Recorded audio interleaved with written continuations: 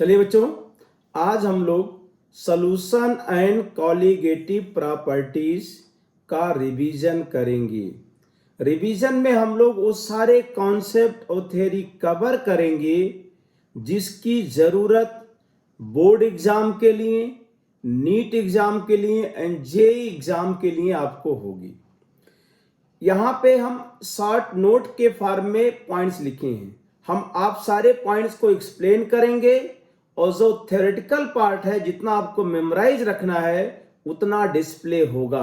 आप उसको मेमोराइज करके उतना कम से कम अगर आपको याद है तो एग्जाम में आपको सोचने की जरूरत नहीं होगी, तुरंत आप आंसर लिखोगे। चलिए हम लोग अब स्टार्ट करते हैं। सॉल्यूशन एंड कॉलिगेटिव प्रॉपर्टी में नीट, जेईई एंड बोर्ड तीनों जगह पे क्वेश्चन लगा हर साल पूछे जाते हैं। 2 से 3 क्वेश्चन तो जेईई एंड नीट में पूछ लिए जाते हैं इसमें।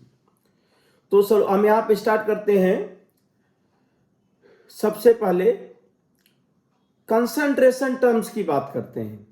अब कंसंट्रेशन टर्म में हमें जितना जरूरत है, भाई हम इसमें तीनों की बात कर रहे हैं, इसमें board, JEE Main and NEET की बात कर रहे हैं इसमें। आपको इससे ज्यादा आपको टर्म की जरूरत नहीं, जितना मैं यहां पे डिस्प्ले करेंगे, डिस्कस करेंगे। अब पहला टर्म आता है मास परसेंटेज। तो मास परसेंटेज का मतलब हो गया कि amount of solute present in 100 gram solution. अरे भाई सुनाई दिया क्या? अगर हमारे पास 100 ग्राम सॉल्यूशन है और 100 ग्राम सॉल्यूशन में मान लेते हैं कि 36 ग्राम ग्लूकोज है, बाकी का वाटर है, तो 100 ग्राम में 36 ग्राम ग्लूकोज है, तो मास परसेंटेज ऑफ ग्लूकोज कितना हो जाएगा? 36 हो जाएगा। तो मास परसेंटेज का मतलब mass of component in the solution divide by total mass of the solution, ये फार्मूला आ जाएगा। It does not depends upon temperature. अगर मास मास का रेशियो है तो टेम्परेचर पे डिपेंड नहीं करेगा। दूसरा टर्म है वॉल्यूम परसेंटेज ऑफ सॉल्यूट। अब अगर दोनों कंपोनेंट सॉल्यूशन के लिक्विड हैं, जैसे सॉल्यूट एंड सॉल्वेंट की बात करते हैं, माना कि हमारे पास इथाइल अल्कोहल भी लिक्विड है और वाटर भी लिक्विड है। अगर हम कह दें कि 20 millilitre ethyl alcohol 100 millilitre solution में है, तो सॉल्यूशन में 100 मिलीलीटर, तो कहेंगे 20% बाई वॉल्यूम हो जाएगा। It depends upon temperature. जहां पे वॉल्यूम आ जाएगा वो टर्म टेम्परेचर पर डिपेंड करेगा। अरे भाई सुनाई दिया क्या? अब तीसरा टर्म आता है मास बाय वॉल्यूम परसेंटेज। तो अगर सॉल्यूशन के 2 कंपोनेंट हैं, एक सॉलिड है एक लिक्विड है, तो हम यहां पे मास बाय वॉल्यूम यूज करेंगे। अब मास बाय वॉल्यूम का मतलब the mass of solute dissolve in 100 ml solution. Definition display हो रहा है, स्क्रीन पे डिस्प्ले हो रहा है। तो mass of solute dissolve in 100 ml solution को क्या बोलेंगे? Mass by volume percentage. जिससे अगर हम एग्जांपल लिखें, यहां पे अगर हम एग्जांपल लिख दें 30% H2O2 by mass by volume in water, अगर ये कहा जाता है, इसका मतलब 30 ग्राम H2O2 dissolved in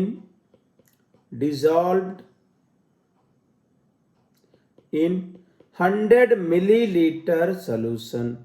अब भाई ये होता है, तो लेकिन आपको ये फार्मूला याद होना चाहिए, इसमें आपको ये अप्लाई करने आना चाहिए। It depends upon temperature. जहां जहां पे वॉल्यूम आएगा वो टर्म डिपेंड करेगा टेम्परेचर पे। Parts per million. अब देखिए, अगर सॉल्यूट का अमाउंट बहुत कम होता है तो 100 में ना देख करके आपका मिलियन में देखते हैं। 1 मिलियन का मतलब होता है 10 पावर 6। अगर लिखा गया 1 मिलियन तो 10 पावर 6 आ जाएगा इसमें। तो डेफिनेशन क्या है? The number of parts of solute present in 1 million parts of solution is known as parts per million of solute in solution. अरे भाई ध्यान से सुनो, हमें एग्जाम के लिए लिखना है इसमें। अब पूरा इसमें हम रामायण नहीं कहेंगे यहाँ पे। मान लो कि हमारे पास, जैसे हम वाटर की बात करते हैं, वाटर का पीपीएम मेजर करते हैं इसमें, तो पीपीएम में क्या लिखा जाता? अगर हमने लिख दिया यहाँ पे 10 ppm, 10 ppm calcium carbonate by mass in water, इसका मतलब ये हो गया 10 ग्राम कैल्शियम कार्बोनेट डिजॉल्व्ड इन 100 ग्राम सॉल्यूशन। तो 100 ग्राम सॉल्यूशन में या 100 ग्राम वाटर लिख देंगे यहाँ पे। 100 ग्राम वाटर में 10 ग्राम क्या है? Calcium carbonate dissolve. अरे सुनाई दिया भाई? तो हम टीडीएस ऑफ वाटर, टीडीएस को हम लोग किस में मेजर करते हैं? पीपीएम में करते हैं। तो जैसे परसेंटेज कंपोजिशन में 3 टर्म बताया आपको मैंने, वैसे पीपीएम में भी 3 टर्म होगा, PPM by mass, PPM by volume और PPM by mass by volume. तो परसेंटेज कंपोजिशन में जहां जहां पे 100 से मल्टीप्लाई किया था, वहीं पे 10 पावर 6 से मल्टीप्लाई कर देंगे तो ये आ जाएगा पीपीएम कंसंट्रेशन। अरे भाई सुनाई दिया क्या? तो पीपीएम अगर पूछा जाए तो जब सॉल्यूट बहुत कम होता है तो 1 मिलियन मतलब 10 पावर 6 ग्राम सॉल्यूशन में जितने ग्राम सॉल्यूट डिसॉल्व है उसी को पीपीएम कंसंट्रेशन कहा जाता है। तो parts per million, number of parts of component, मतलब मास ऑफ सॉल्यूट लिखोगे, mass of solution into 10 power 6, तो क्या आ जाएगा आपका? Ppm concentration. अरे भाई सुनाई दिया क्या? ये जो हमने पहले फार्मूले लिखे हैं यहीं पे 10 पावर 6 लिख देंगे तो पीपीएम बाई वॉल्यूम हो, ppm by mass by volume हो जाएगा। ठीक है, ये टर्म आ गया हमारे पास। अब पांचवा टर्म लिखते हैं मोल फ्रैक्शन। तो मोल फ्रैक्शन ये बहुत इंपॉर्टेंट है, मोल कॉन्सेप्ट में भी पढ़ते हैं, सॉल्यूशन वाले चैप्टर में भी पढ़ रहे हैं हम लोग। तो जैसे हमने कहा कि ये कोई सॉल्यूशन है जिसमें 2 कंपोनेंट है, एक सॉल्यूट है एक सॉल्वेंट है। तो सॉल्वेंट को ए मान लिया, सॉल्यूट को बी मान लिया हमने। अब सॉल्वेंट का नंबर ऑफ मोल्स कितना? Na है सॉल्यूशन के अंदर, और number of moles of solute कितना? Nb है।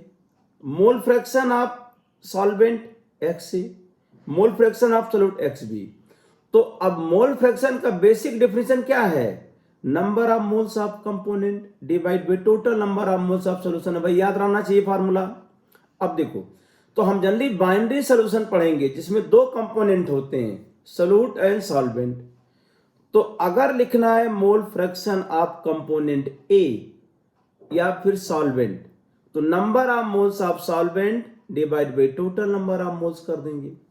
मोल फ्रैक्शन ऑफ सॉल्यूट लिखना हो तो number of moles of solute divide by total number of moles.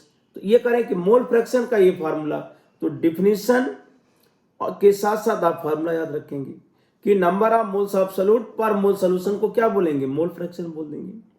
अच्छा, मोल फ्रैक्शन का सम किसके बराबर होगा? 1 के बराबर हो जाएगा। अब छठा टर्म आता मोलरिटी। अब बोर्ड के बच्चों के लिए इसका डिफिनेशन भी याद रखना जरूरी है, जे और नीट वाले बच्चों के लिए फॉर्मूला याद रखना जरूरी है। तो देखिए, the number of moles of solute dissolved in 1 litre solution. अगर हमारे पास 1 लीटर सॉल्यूशन है और उसमें हम सिंपल सी भाषा अगर हम यहाँ पे लिख दें कि हमारे पास एक सॉल्यूशन बनाया जिसका वॉल्यूम 1 लीटर है और इसमें करें कि 1 लीटर ये सॉल्यूशन है, इसमें हमने 1 मोल ग्लूकोज और प्लस वाटर, 1 मोल ग्लूकोज डिसॉल्व किया और टोटल वॉल्यूम 1 लीटर, तो मोलरिटी कितना हो जाएगा? 1 मोलर इसको कहा जाएगा इसमें। तो number of moles of solute present in 1 litre solution dissolve in 1 litre solution को मोलरिटी कहा जाता है। और जहां जहां पे वॉल्यूम आ गया वो टर्म टेम्परेचर पे डिपेंड करेगा। तो क्या लिखेंगे? Depends upon temperature. अब करें कि बेसिक फार्मूला तो मोलरिटी का बेसिक फार्मूला ये लिखा है, मोल पर लीटर, ये आ जाएगा। अब इसी को अगर हम ग्राम एंड ml में लिख दें तो given weight in gram divide by molecular weight of solute 1000 upon volume in millilitre. तो करें कि मोलरिटी का ये बेसिक फार्मूला आपको याद रखना है। तो ये फार्मूले से क्वेश्चन सॉल्व होंगे। अब 7वां टर्म लिखते हैं मोलैलिटी। तो मोलैलिटी का मतलब है the number of moles of solute dissolved in per kilogram of solvent.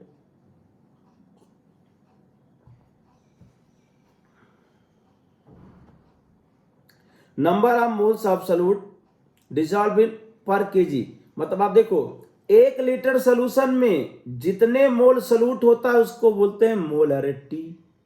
और 1 लीटर 1 केजी सॉल्वेंट, फिर से बोल रहा हूं 1 केजी सॉल्वेंट में जितने मोल सॉल्यूट डिसॉल्व होगा उसको क्या बोल देंगे, मोलरिटी। मोलरिटी का मतलब number of moles of solute divide by mass of solvent in KG. अगर मास ऑफ सॉल्वेंट ग्राम लेते हैं तो ये फार्मूला बन जाएगा। तो करें ये मोलरिटी का डेफिनेशन आपको याद रखना है और ये फार्मूला याद रखना है। तो बोर्ड के लिए तो ये फार्मूला हमें जरूरत है डेफिनेशन, कंपटीशन में केवल फार्मूले से काम हो जाएगा। अरे भाई ठीक है, तो मोल ऑफ सॉल्यूट पर केजी सॉल्वेंट ये आ गया। अगर यही पर लीटर सोल्यूशन लिखते हैं तब क्या हो जाता है, मोलरिटी हो जाता है। क्लियर डिफरेंस बता रहे हैं दोनों के अंदर। तो ये करें कि हमारे पास कंसंट्रेशन टर्म के इतने आपको पहले कॉन्सेप्ट पता होना चाहिए। तो हम जब आगे न्यूमेरिकल डिस्कस करेंगे, देखिए हम इसमें रिवीजन का देंगे, रिवीजन कर रहे हैं पहले, इसके बाद में हम लोग 50 क्वेश्चन ऑब्जेक्टिव ऐसा डिस्कस करेंगे जिससे पूरा कॉन्सेप्ट रिवाइज हो जाएगा फिर से। और वो क्वेश्चन किस में आए हुए हैं आपका, बोर्ड में JEE Main and JEE NEET के हिसाब से पूरा समग्र। इसके बाद में PYQ के नाम से हम लोग नीट के क्वेश्चन, जेई मेन के क्वेश्चन डिस्कस करेंगे, फिर जेई एडवांस का भी करेंगे। तो चैप्टर को हम 4 पार्ट में डिवाइड करेंगे। एक तो हम रिवीजन दे रहे हैं, रिवीजन के बाद में हम कॉन्सेप्ट क्लियर करने के लिए 50 क्वेश्चंस करेंगे, फिर हम जेई मेन का PYQ करेंगे, फिर हम लोग जेई एडवांस का PYQ, पूरा चैप्टर का पैकेज हम आपको देंगे इसमें। अब इसमें एक टर्म आता है सॉल्युबिलिटी। अब सॉल्युबिलिटी का क्या मीनिंग है जो हमें यहां समझना है। तो 2 ही सॉल्युबिलिटी हमें मेनली पढ़ना है एग्जाम के पॉइंट ऑफ व्यू से, सॉलिड इन लिक्विड और गैस इन लिक्विड। अब देखो सॉल्युबिलिटी का मतलब the maximum amount of substance that can B dissolved in a specified amount of solvent eight a specified temperature. Definition अगर exam में पूछा जाए तो ये लिखना है, कंपटीशन में आपको क्या समझना, देखिए जैसे हमने कह दिया हमारे पास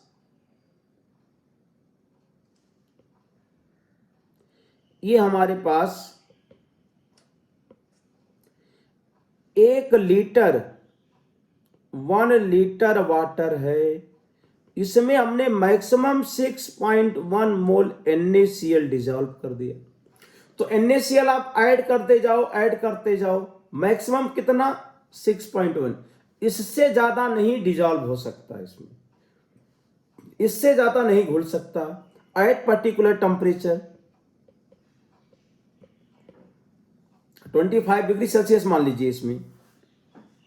तो 25 डिग्री सेल्सियस पे 1 लीटर वाटर में मैक्सिमम 6.1 मोल NaCl डिसॉल्व हुआ, तो NaCl की सॉल्युबिलिटी कितना हो जाएगा, 6.1 मोल पर लीटर। अरे भाई समझ में आया, दिए गए सॉल्वेंट में मैक्सिमम कितना मोल या कितना अमाउंट सॉल्यूट का डिसॉल्व होता है उसी को क्या बोला जाता है, सॉल्युबिलिटी बोला जाता है। अरे भाई सुनो, और जो सॉल्यूशन बनता है उसको सैचुरेटेड सॉल्यूशन कहा जाता है इसमें। तो कई चैप्टरों में इसकी आवश्यकता है। तो बहुत सरल भाषा में अगर हम बोलें कि हमारे पास सॉल्वेंट मानो वाटर है, वाटर में आप NaCl ऐड करना शुरू कर दो, तो मैक्सिमम जितना घुलता जाए सॉल्यूशन बन जाए उसी को क्या बोला जाता है, सॉल्युबिलिटी बोला जाता है। तो अगर एग्जाम बोर्ड में लिखना होगा तो आप ये डिफिनेशन लिखोगे, बराबर पूछा गया है, इसी पॉइंट ऑफ व्यू से मैंने ये डिफिनेशन लिखा है। Maximum amount of solid that can be dissolve in given amount of solvent at particular temperature is known as solubility. और सॉल्युबिलिटी मैक्सिमम अमाउंट है तो जो सोल्यूशन बनेगा उसको बोलेंगे सैचुरेटेड सोल्यूशन। अभी यहीं पे रहते हैं, ज्यादा इधर उधर नहीं जाते हैं, रिवीजन है, फुल लेक्चर नहीं है। आप करें factors affecting solubility of solid, ये सब क्वेश्चन के फॉर्म में है, पूछा जाएगा define solubility and factors affecting solubility, ये पूछा जाएगा। तो solubility of solid in liquid, अगर सॉलिड लिक्विड में डिसॉल्व होता है तो किस पे डिपेंड करेगा? बात को सुनिए और कितना याद रखना है आपको स्क्रीन पे डिस्प्ले हो रहा है। Nature of solute and solvent, जैसे हमने कहा कि लाइक डिजॉल्व्स लाइक, तो पोलर सॉलिड पोलर सॉल्वेंट में डिजॉल्व होगा, non polar solid non polar solvent में डिजॉल्व होगा। मतलब ये कह रहे हैं कि लाइक डिजॉल्व्स लाइक, मतलब सॉल्युबिलिटी का जो कॉन्सेप्ट है वो ह्यूमन नेचर से अलग नहीं है। समान विचारधारा वाले लोग जुड़ जाते हैं, एक साथ आ जाते हैं, विपरीत विचारधारा वाले लोग अलग हो जाते हैं। अब यहां पे हम एग्जाम में रहना है, तो एग्जाम में रहना है तो पोलर सॉलिड पोलर सॉल्वेंट में डिसॉल्व होगा, नॉन पोलर ना। एग्जाम्पल देखो जैसे लिखे हम यहां पे कि अगर हम एग्जाम्पल की बात कर दें,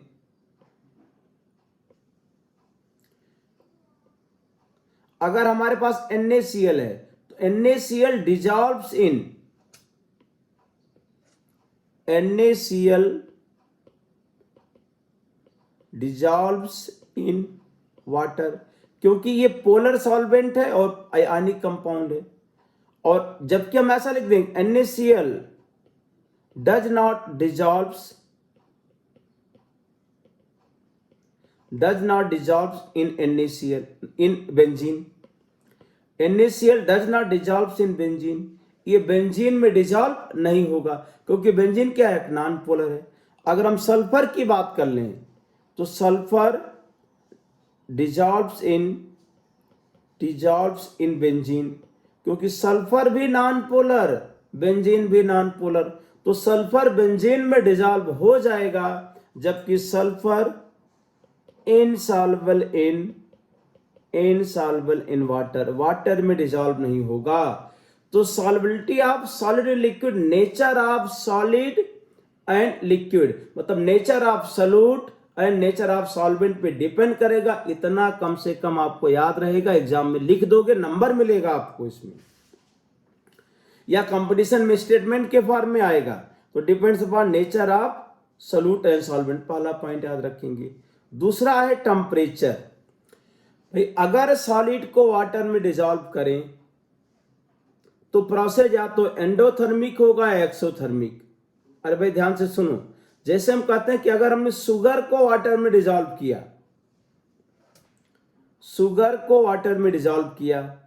ये C12 H22O11 और प्लस H2O, शुगर को वाटर में डिसॉल्व करने से ये सॉल्यूशन बना O11 एक्वस। अब इसका डेल्टा H पॉजिटिव है। तो हमने केमिकल इक्विलिब्रियम में पढ़ा है कि अगर प्रोसेस एंडोथर्मिक है तो अकॉर्डिंग टू ली चैटिलियर प्रिंसिपल, फिर से सुनो, एंडोथर्मिक मतलब डेल्टा H पॉजिटिव, अगर डेल्टा H पॉजिटिव है तो टेम्परेचर बढ़ाने से रिएक्शन फॉरवर्ड जाएगी, मतलब सॉल्युबिलिटी क्या होगा? इंक्रीज कर जाएगी। तो हम यहाँ पे सॉल्युबिलिटी की बात कर रहे हैं। तो अगर कोई सॉलिड वाटर में डिसॉल्व होता है और प्रोसेस एंडोथर्मिक है तो solubility increases on increasing temperature. अगर प्रोसेस एक्सोथर्मिक है तो solubility decreases on increasing temperature. ये मेन पॉइंट, इतना कॉन्सेप्ट आपको याद होना ही चाहिए, तभी बात बनेगी, चाहे वो बोर्ड हो, चाहे नीट हो, चाहे कंपटीशन हो। क्या लाइन याद रखना है कि for endothermic process solubility increases on increasing temperature, और while for exothermic process solubility decreases on increasing temperature। एक कंक्लूजन है, ये पॉइंट आपको याद रहना चाहिए। तो आप सॉल्युबिलिटी और टेम्परेचर का रिलेशन बता पाओगे। Pressure no significant effect. तो सॉलिड एंड लिक्विड जनरली क्या होते हैं, इनकम्प्रेसिबल होते हैं। तो इसमें करें कि प्रेशर का ज्यादा इफेक्ट नहीं होगा। तो solubility of solid and liquid के लिए दो फैक्टर बताया, एक nature of solute and solvent, दूसरा टेम्परेचर। ये दो फैक्टर पे डिपेंड करेगा, प्रेशर का कोई इफेक्ट नहीं होगा। अब आ जाता है factors affecting solubility of A gas in liquid. तो सॉल्युबिलिटी का मतलब आप इतना बोलोगे, the maximum amount of solute that can be dissolve in given amount of solvent at particular temperature, उसको सॉल्युबिलिटी बोलेंगे, चाहे वो सॉलिड हो उसके अंदर, चाहे गैस हो, चाहे लिक्विड हो। तो अपने सिलेबस की बात अगर करें तो सॉलिड एंड लिक्विड डिस्कस करना तो हमने कर दिया। अब आता gas in liquid, solubility of gas in liquid. मानो जैसे हम लोग जो वाटर पीते हैं, पानी पीते हैं, उसमें ऑक्सीजन डिजॉल्व है। ऑक्सीजन डिजॉल्व है, सिस्टम कहां पे है, इक्विलिब्रियम में है।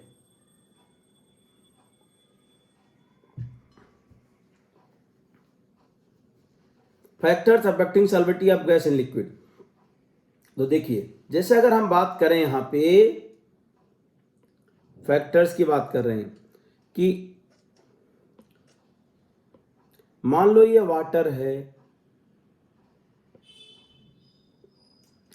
वाटर यहां पे आपको दिया गया है और एटमॉस्फेयर में ऑक्सीजन भी है, नाइट्रोजन भी है। एटमॉस्फेयर में ऑक्सीजन भी है, नाइट्रोजन भी है।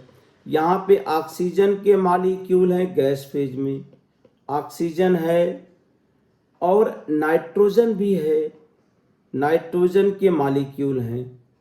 एटमॉस्फेयर में लगभग 80% नाइट्रोजन है और 20% ऑक्सीजन है। अब देखिए, अब ऑक्सीजन यहां डिसॉल्व होगी, ऑक्सीजन यहां पे आएगी, कोलाइड करेगी, फिर वापस जाएगी इसमें। तो एट इक्विलिब्रियम पे क्या होगा, कुछ ऑक्सीजन वाटर के अंदर डिसॉल्व हो जाएगी, ऑक्सीजन डिसॉल्व हो जाएगी, नाइट्रोजन भी डिसॉल्व हो जाएगी। तो इसमें इक्विलिब्रियम कंडीशन आएगा। तो एट इक्विलिब्रियम पे क्या हो जाता है, जिस रेट से गैस डिसॉल्व होती है उसी रेट से बाहर जाती है। तो सिस्टम कहां पे आ जाता है, इक्विलिब्रियम में आ जाता है। तो इसमें कह रहे हैं कि गैस लिक्विड में डिसॉल्व होती है। तो और एट इक्विलिब्रियम कंडीशन क्या लिखेंगे कि जिस रेट से गैस डिसॉल्व हो रही है उसी रेट से गैस इवोपरेट भी हो रही है, सिस्टम इक्विलिब्रियम में है। अब हमें क्या याद रखना है, एग्जाम के पॉइंट ऑफ व्यू से हमें क्या पता होना चाहिए, ये चीज हम लोग देखना चाह रहे हैं इसमें। तो देखिए, जब कोई भी गैस वाटर में डिसॉल्व होगी तो उसका डेल्टा एच हमेशा नेगेटिव आएगा, आपको याद रखना। अरे भाई ठीक है, एग्जाम के पॉइंट ऑफ व्यू से अभी हम फुल लेक्चर डिस्कस नहीं कर रहे हैं, रिवीजन कर रहे हैं। जब कोई गैस वाटर में डिसॉल्व होगी तो डेल्टा एच क्या आएगा, निगेटिव आएगा इसमें। The dissolution of gas in liquid is always exothermic process, कहीं कोई एक्सेप्शन नहीं है। और एंट्रोपी चेंज भी क्या आएगा, निगेटिव।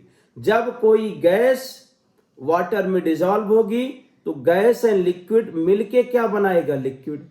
तो गैस का एंट्रोपी ज्यादा होता है तो डेल्टा एस यहां पे क्या आएगा, नेगेटिव। अरे दो पॉइंट सुनाई दिया क्या, कि जब कोई गैस वाटर में डिसॉल्व होगी तो डेल्टा एच नेगेटिव, ये एक्सोथर्मिक प्रोसेस, और डेल्टा एस भी क्या होगा, नेगेटिव। अब फैक्टर्स की बात कर लें कि सॉल्युबिलिटी ऑफ गैस किन फैक्टर पे डिपेंड करेगा, इफेक्ट ऑफ टेम्परेचर की बात करें तो solubility of gas in liquid always decreases on increasing temperature. ये फर्स्ट पॉइंट याद रखेंगे।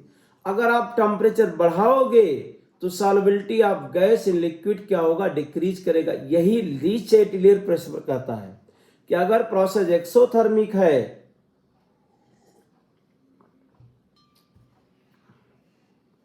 प्रोसेस अगर एक्सोथर्मिक है तो टेम्परेचर बढ़ाने से रिएक्शन किधर जाएगी, बैकवर्ड। तो सॉल्युबिलिटी क्या होगा, डिक्रीज। अरे भाई याद रहेगा। तो solubility of gas in water always decreases on increasing temperature, first point. Effect of pressure अगर आ जाए, प्रेशर का effect, the partial pressure of gas, तो इसको कहते हैं हेनरीज लॉ।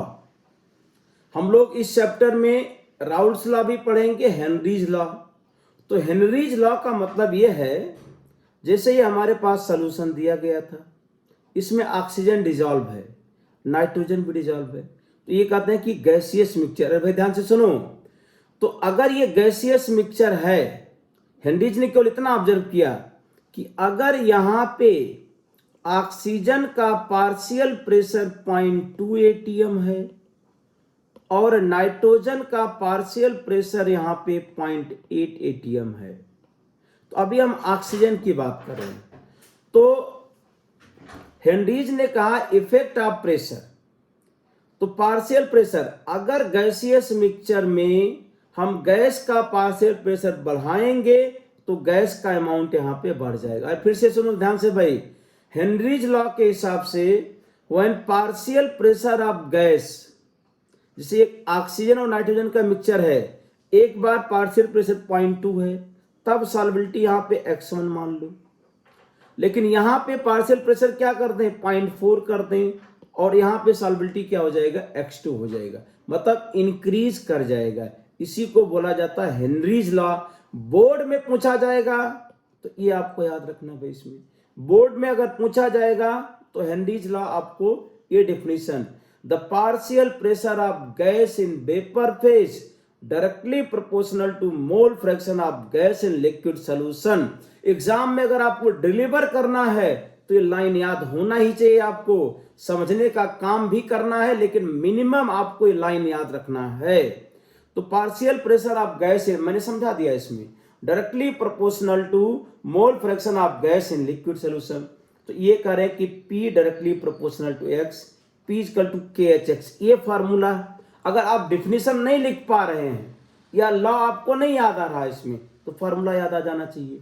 अब फार्मूले में KH क्या है, हेनरीज लॉ कांस्टेंट है, और P क्या है, partial pressure of gas in vapour phase है, X क्या है, amount of gas in solution है। अरे भाई X यहां पे लिख देंगे, ये X हो गया मोल फ्रैक्शन ऑफ गैस, और P को मान लेते हैं तो partial pressure of gas in gaseous in vapour phase. तो कर हेनरीज लॉ का डेफिनेशन इतना। अब इसके बाद करें कि कैरेक्टरिस्टिक्स ऑफ KH में हमें क्या पता होना चाहिए इसमें। तो KH क्या है, हेनरीज लॉ कांस्टेंट है, बहुत ही इंपॉर्टेंट टर्म है।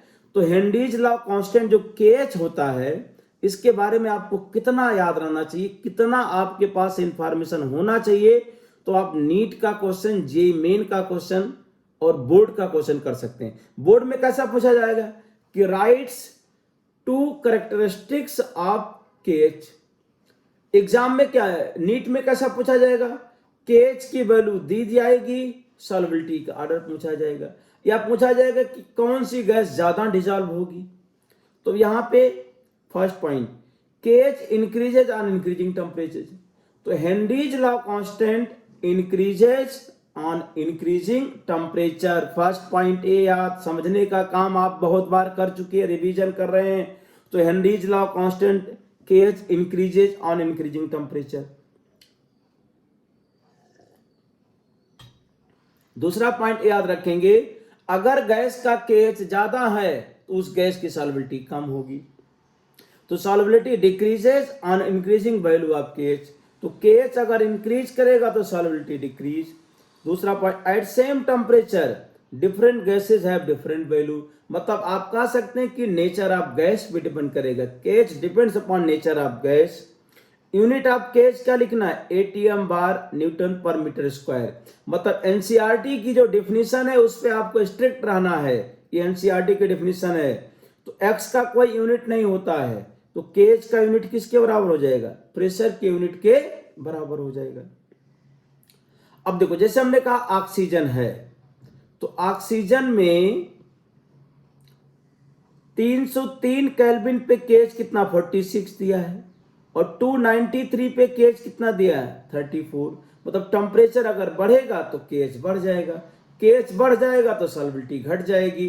अरे भाई इतना याद रहना चाहिए जो मैं बोल रहा हूं। अब देखो ये अगर हमने टेम्परेचर सेम रखा 298, तो 298 केल्विन अगर टेम्परेचर है तो फॉर्मेल्डिहाइड का KH बहुत कम है, मतलब फॉर्मेल्डिहाइड की सॉल्बिलिटी बहुत ज़्यादा होगी वाटर के अंदर। और अगर हम यहाँ पर लिख दें मीथेन का भी ज़्यादा है, CO2 का 1.67 है, मतलब मीथेन का केएच कम है, केएच कम है तो सॉल्बिलिटी ज़्यादा, CO2 का भी केएच कम है तो सॉल्बिलिटी ज़्यादा। ऑक्सीजन के कंपैरिजन में ऑक्सीजन और नाइट्रोजन की अगर बात करें तो नाइट्रोजन के और ज़्यादा है केएच। नाइट्रोजन का केएच क्या 76 के आसपास है। तो इसमें करें कि अगर टेम्परेचर कांस्टेंट कर दें तो ऑक्सीजन की सॉल्बिलिटी नाइट्रोजन से ज़्यादा होगी, CO2, फॉर्मेल्डिहाइड, मीथेन इनकी और ज़्यादा होगी। तो आपको यहाँ ये रिसीव करना है कि KH depends upon nature of gas, और अगर KH दिया गया तो सॉल्बिलिटी का ऑर्डर लिख सकते हैं, KH ज़्यादा सॉल्बिलिटी कम, ये पॉइंट आ गया। तो KH के बारे में इतना पता है तो आप क्वेश्चन को कर सकते हैं। अब आता एप्लीकेशन ऑफ हेनरीज लॉ, ये बहुत इंपॉर्टेंट है, मतलब ये सभी को पता होना चाहिए। अगर आप साइंस पढ़ रहे हैं तो पक्का ये पता होना चाहिए। देखो फर्स्ट एप्लीकेशन क्या कह रहा है,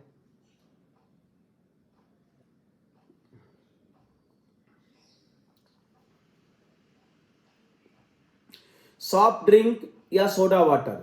तो सॉफ्ट ड्रिंक जो हम लोग पीते हैं उसमें CO2 की सॉल्बिलिटी बढ़ाने के लिए प्रेशर बढ़ा दिया जाता है। अगर प्रेशर इंक्रीज कर देंगे सॉल्बिलिटी क्या होगा, इंक्रीज कर जाएगा। तो फर्स्ट एप्लीकेशन ये है, to increase the solubility of CO2 in soft drink and soda water the bottle is sealed under high pressure. High pressure पे सील्ड करते हैं तो सॉल्बिलिटी बढ़ जाती है। और इसके बाद आप देखो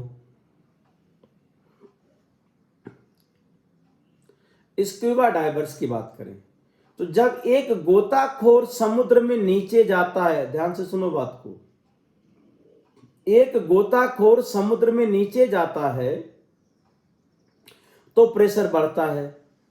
तो अगर अच्छा जो एयर हम लोग इनहेल कर रहे हैं एटमॉस्फेयर में, तो जो एयर हम लोग इनहेल कर रहे हैं उसमें 80% क्या है, लगभग नाइट्रोजन है, और 20% के आसपास ऑक्सीजन। अरे भाई समझ में आया क्या, याद है सभी को?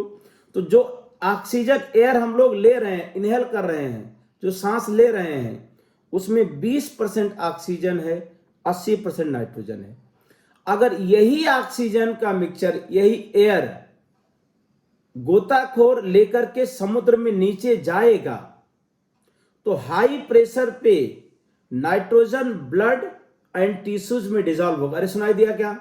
जो एयर हम लोग 1 ATM पे इनहेल कर रहे हैं, अगर यही एयर लेकर के गोताखोर समुद्र में नीचे जाता है तो ब्लड एंड टिश्यूज में ज्यादा नाइट्रोजन डिजॉल्व हो जाएगी हाई प्रेशर के कारण। अच्छा, ऑक्सीजन तो ब्लड से क्या कॉम्प्लेक्स बना लेता है, लेकिन नाइट्रोजन ब्लड के साथ कॉम्प्लेक्स नहीं बनाता है। तो जो हम लोग एयर इनहेल करते हैं उसका बहुत सारा पार्ट फिर से बाहर आ जाता है, एक्सेल कर देते हैं हम लोग। इतना समझ में आया क्या? तो नाइट्रोजन ब्लड में डिजॉल्व अगर होगा तो कॉम्प्लेक्स नहीं बनाता है, और 1 ATM पे कम डिजॉल्व होता है और वापस आ जाता तो हमें कोई दिक्कत नहीं है, इससे हम हैबिचुअल हैं। लेकिन हाई प्रेशर पे नाइट्रोजन क्या होगी, ब्लड में ज्यादा डिजॉल्व होगी। अरे भाई समझ में आ गया भाई क्या? तो नाइट्रोजन ज्यादा डिजॉल्व हो जाएगी। तो जब गोताखोर समुद्र में नीचे होगा तो उसके ब्लड में ज्यादा नाइट्रोजन डिजॉल्व रहेगी। अरे सुनाई दिया क्या? अब इसके बाद की कंडीशन सुनो। तो जब गोताखोर अगर यही एयर लेकर के नीचे जाएगा तो नाइट्रोजन ब्लड में ज्यादा डिजॉल्व हो जाएगी। अब ये गोताखोर जब वापस आएगा तो जब ये सरफेस पे आएगा समुद्र के ऊपर तो वहां पे प्रेशर कितना हो जाएगा, 1 ATM, जो हम लोग ले रहे हैं, इनहेल कर रहे हैं। तो समुद्र तल पे प्रेशर 1 ATM हो जाएगा। अंदर प्रेशर ज्यादा था तो अंदर ज्यादा नाइट्रोजन डिजॉल्व थी। तो जैसे समुद्र तल पर आएगा तो प्रेशर क्या हो जाएगा, 1 ATM। अब जो नाइट्रोजन डिजॉल्व थी वो बबल्स के फॉर्म में बाहर आ जाएगी। तो इसमें करें कि जैसे अचानक गोताखोर बाहर आएगा तो डिजॉल्व नाइट्रोजन क्या करेगी, बबल्स बना लेगी। तो form bubbles which blocks the capillaries, जो कैपिलरीज को क्या कर देता है, ब्लॉक कर देता है। तो इससे क्या होता है, बहुत पेनफुल इफेक्ट होता है और ये डेंजरस टू लाइफ। अरे सुनाई दिया क्या?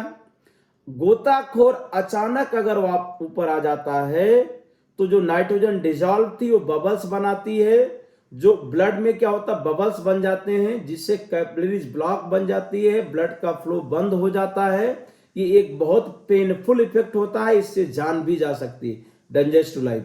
इस कंडीशन को क्या कहा जाता है? बेंड्स कहा जाता है। इस कंडीशन को क्या बोलते हैं? बेंड्स। बेंड्स का मीनिंग समझ में आ गया। अब बेंड्स को अवॉइड करने के लिए, बेंड्स को अवॉइड करने के लिए गोताखोर या सी डाइवर्स, स्क्यूबा डाइवर्स जो है, क्या लिखा जाता है? 11.7% 11.7% हीलियम, 56.2% नाइट्रोजन एंड 32.1% ऑक्सीजन।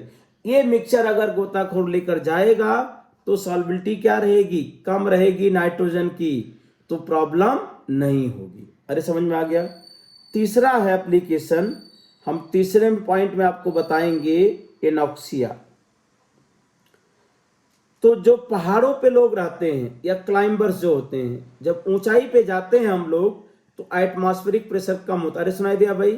तो जब हम हाइट पे जाते हैं, ऊंचाई पे जाते हैं, तो वायुमंडलीय दबाव, एटमॉस्फेरिक प्रेशर क्या होता है? कम होता है। तो पहाड़ों पे प्रेशर कम हो गया तो हमारे ब्लड में एंड टिश्यूज में कम ऑक्सीजन डिजॉल्व होगी। अरे सुनाई दिया क्या? जब पहाड़ों पे हम लोग जाएंगे तो ब्लड में कम ऑक्सीजन डिजॉल्व होगी। इसीलिए क्या होता है, जो पहाड़ पे रहते हैं या क्लाइंबर है, कभी कभी क्या होता है कि ब्लड में ऑक्सीजन कम हो जाता है, जिससे क्या होता है कि ब्लड ऑक्सीजन मतलब low blood oxygen causes climbers to become weak and unable to think clearly। तो इसमें करें कि जब ब्लड में ऑक्सीजन की कमी हो जाती है तो सोचने और समझने की क्षमता क्या होती है? कम हो जाती है। इस कंडीशन को एनॉक्सिया बोला जाएगा। अरे भाई समझ में आ गया क्या? कि हाई एल्टीट्यूड पे partial pressure of oxygen is less than that at the ground level. This lead to the low concentration of oxygen in the blood and tissues of people living at high altitudes and climbers। तो जो ऊंचाई पे रहते हैं उनके blood में oxygen की amount थोड़ा कम होती है, तो उस कंडीशन को एनॉक्सिया कहा जाता है। ये एप्लीकेशन ऑफ हेनरीज लॉ हो गया। अब इसके बाद हम लोग आते हैं राउल्ट्स लॉ में। राउल्ट्स लॉ, तो लिक्विड का वेपर प्रेशर होता है, हम सभी को पता है इसमें कि vapour pressure of liquid, liquid जैसे वाटर है इवोपरेट होने की टेंडेंसी होती है, एसीटोन है इवोपरेट करता है। तो वेपर प्रेशर का मतलब ये होता है कि इक्विलिब्रियम कंडीशन पे लिक्विड जितना प्रेशर अप्लाई करता है उसको वेपर प्रेशर ऑफ लिक्विड कहा जाता है। अरे भाई सुनाई दिया क्या? रिवीजन कर रहे हैं हम लोग। तो मानो ये लिक्विड है, मानो वाटर है, और ये इवोपरेट करके वेपर बनाता है, तो ये जो वेपर प्रेशर अप्लाई करती है उसका नाम क्या हो जाता है? वेपर प्रेशर ऑफ लिक्विड हो जाता है। तो राउल्ट्स ने ये स्टडी किया कि अगर दो लिक्विड का मिक्सचर लें, हम दो लिक्विड का मिक्सचर लें, मानो यहां पे हमारे पास इथाइल अल्कोहल है एंड वाटर, अब दोनों लिक्विड वेपर बना सकते हैं। तो जब वेपर बनाएंगे यहां पे, ये हमारे पास, तो जो वेपर बनेगा, वेपर में क्या आएगा? वाटर का वेपर भी आएगा, इथाइल अल्कोहल का वेपर। भाई समझ में आया क्या? तो आप ऐसा सोचो कि सॉल्यूशन के दो कंपोनेंट हैं, एक सोल्यूट है एक सॉल्वेंट है, दोनों वेपर फेज में जाएंगे तो वेपर गैसियस मिक्सचर बनेगा इसमें। अब वहां पे ए का भी वेपर है, बी का भी वेपर है, मतलब सोल्यूट का भी वेपर है, सॉल्वेंट का भी वेपर है इसमें। तो उस कंडीशन में राउल्ट्स ने क्या कहा कि किसका वेपर ज्यादा बनेगा? अगर मानो ये सॉल्यूशन है हमारे पास, ये सॉल्यूशन हमने लिख दिया,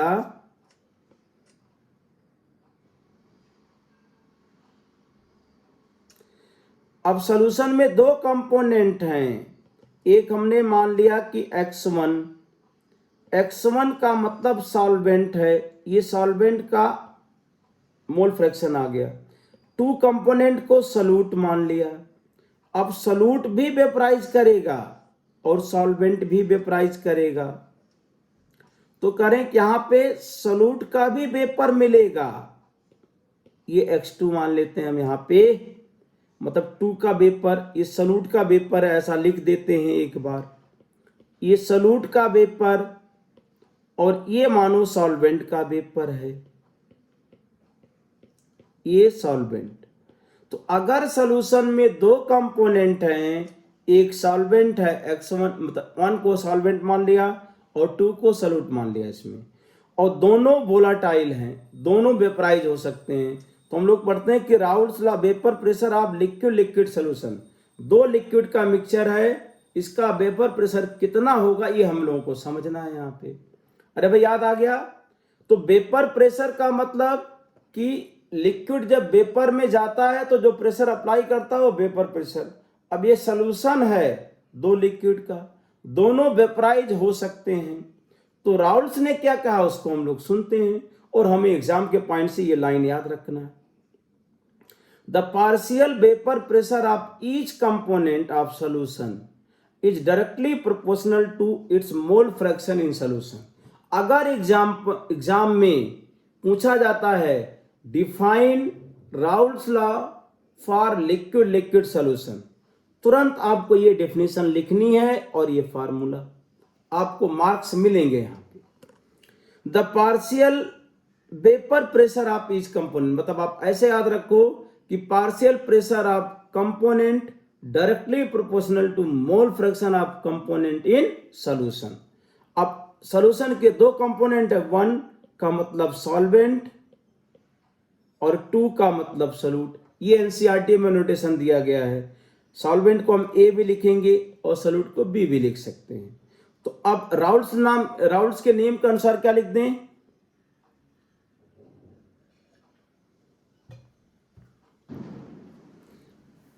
राउल्स के नेम के अनुसार लिख देंगे कि partial pressure of solvent directly proportional to mole fraction of solvent. Partial pressure of solvent को equal to P01 X1, partial pressure of solute directly proportional to mole fraction of solute, या P2 equal to P02 X2।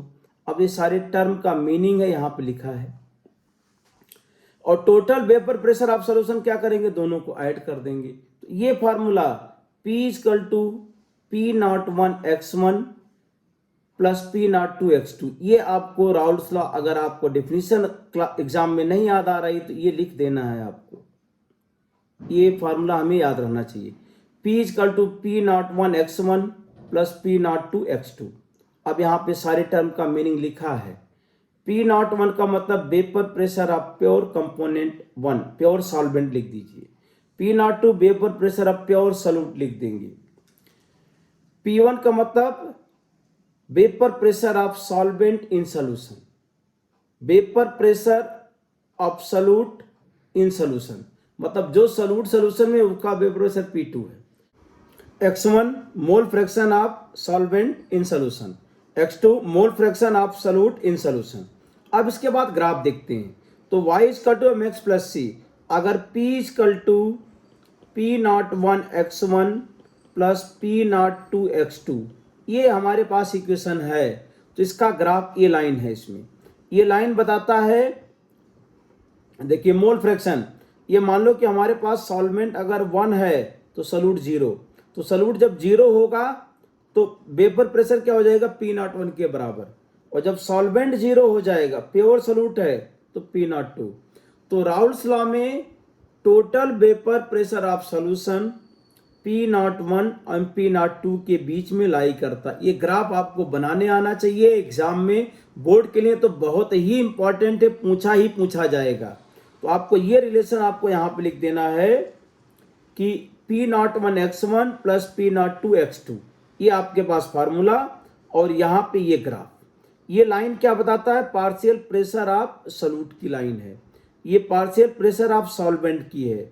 जब यहाँ पे मोल fraction of solute बढ़ता है तो partial pressure of solvent घटता है, ये लाइन ये कह रही है, और पार्शियल प्रेशर ऑफ सॉल्यूट बढ़ता है, टोटल प्रेशर क्या हो जाएगा, ये लाइन के बराबर हो जाएगा। तो राउल्स लॉ का डेफिनेशन एंड फार्मूला, इस तरह से इसको याद रखेंगे। Vapour pressure of solution of solids in liquid, तो राउल्स लॉ का एक केस ये भी होता है सॉलिड इन लिक्विड। अभी ये वाला केस में क्या पढ़ा था हमने, लिक्विड इन लिक्विड वाला केस पढ़ा। इसमें दोनों कंपोनेंट लिक्विड है तो दोनों वेपराइज करेंगे। लेकिन अगर एक सॉलिड है, नॉन वोलाटाइल का मतलब हो गया जो वेपराइज नहीं हो सकता है। तो अगर सॉलिड इन लिक्विड का केस है तो हम लोग इसको ऐसे समझेंगे, अगर ये हमारे पास सॉलिड इन लिक्विड है कि अगर हमने ये मान लिया हमारे पास एक सॉल्यूशन है जिसमें मान लो कि आपको शुगर डिजॉल्व है। शुगर क्या है, नॉन वोलाटाइल सॉलिड है और ये प्लस वाटर। तो सॉलिड इन लिक्विड का केस लेते हैं तो शुगर इसमें डिजॉल्व है तो शुगर वेपराइज नहीं होगा, तो शुगर का वेपर प्रेशर नहीं आएगा। और vapour pressure of solution of solid in liquid क्या हो जाएगा, लेस देन प्योर सॉल्वेंट। ये पॉइंट याद आ जाना चाहिए आपको। तो जो वेपर प्रेशर ऑफ सॉल्यूशन यहां पे होगा ये less than P01, vapour pressure of pure solvent से कम होगा। अरे भाई याद आया क्या, जब कोई सॉल्यूशन बनाया आपने जैसे सॉलिड इन लिक्विड, तो अगर ये प्योर वाटर होगा तो वेपर प्रेशर ज्यादा आएगा, लेकिन सॉल्यूशन का वेपर प्रेशर क्या हो जाएगा, कम हो जाएगा। सॉल्यूशन का वेपर प्रेशर क्या होगा, कम।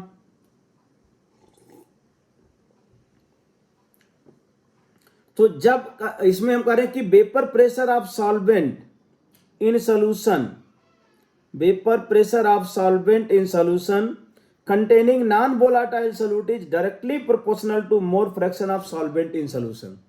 तो अगर हमारे पास नॉन वोलाटाइल सॉल्यूट मतलब शुगर हो गया और वोलाटाइल सॉल्वेंट है, तो अगर इसका वेपर प्रेशर कितना है, आप solution vapour pressure of solution है और P01 का मतलब vapour pressure of pure solvent, तो सॉल्यूशन का जो वेपर प्रेशर होगा लेस देन P01, पहला पॉइंट। अब राउल्स ने कहा कि वेपर प्रेशर ऑफ सॉल्वेंट या vapour pressure of solvent in solution containing non volatile solute is directly proportional to mole fraction of solvent in solution.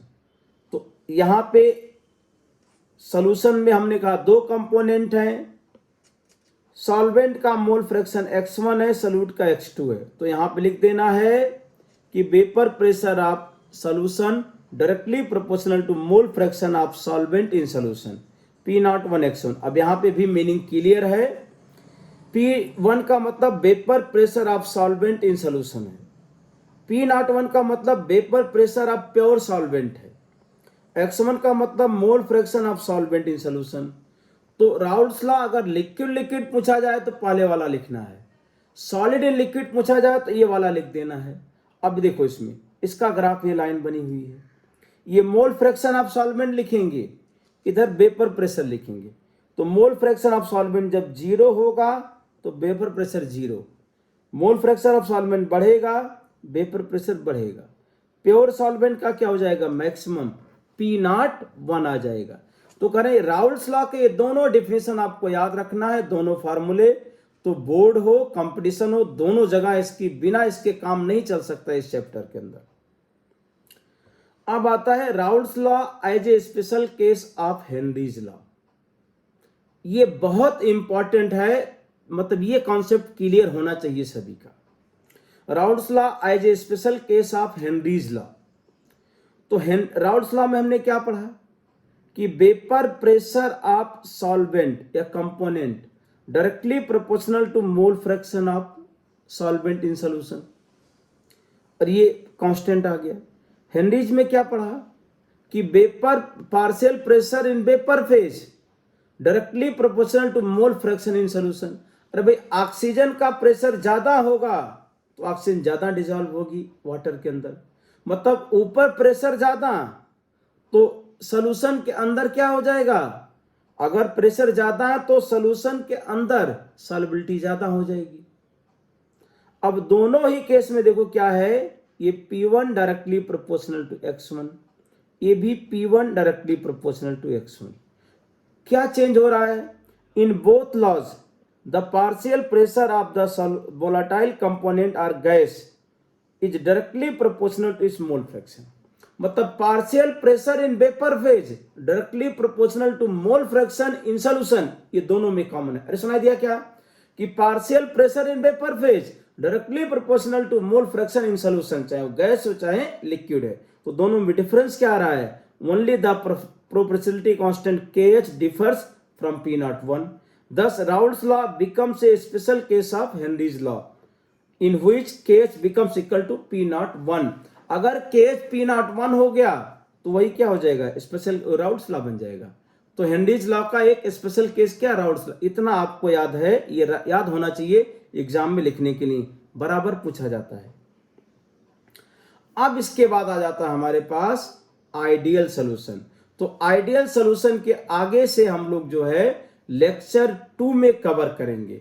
अभी revision में हमने यहां तक कवर कर लिया है, लेक्चर 2 में राउल्ट्स लॉ के आगे हम पढ़ेंगे एंड कॉलिगेटिव प्रॉपर्टीज वाला पोर्शन कवर करेंगे, फिर क्वेश्चन का डिस्कस करेंगे। Thank you.